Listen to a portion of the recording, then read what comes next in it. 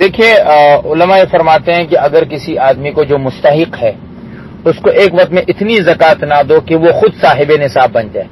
آج کل اندازاً 35,000 40,000 جو ہے یہ نصاب ہے. یعنی کہ اگر کسی کے پاس 40,000 روپے ہیں اور اس پر سال گزر گیا تو اس کو خود زکوٰۃ دینی پڑے گی. تو آپ کسی کو اتنی زکوٰۃ نہ دو کہ وہ خود صاحب نصاب بن جائے.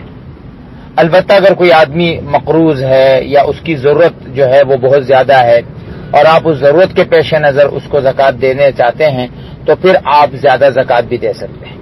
یہاں اسی سے متعلق میں ایک مسئلے کو اور واضح کر دوں.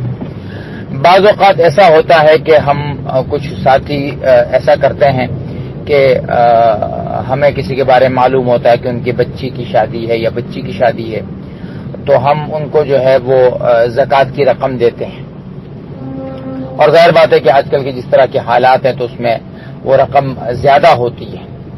تو اس میں ایک مسئلے کو یہ سمجھ لیجئے کہ اگر کسی گھر میں جہاں آپ زکوٰۃ دے رہے ہیں ان کے پاس اگر 50,000 روپے ہیں اور وہ ابھی تک انہوں نے استعمال نہیں کیے اور وہ 50,000 روپے ان کو زکوٰۃ کے ملے ہوئے ہیں 40,000 روپے ملے ہوئے ہیں تو آپ ان کو زکوٰۃ نہیں دے سکتے.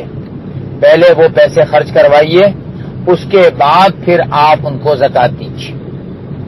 اس کی پھر دو صورتیں بن سکتی ہیں. ایک صورت یہ ہے کہ آپ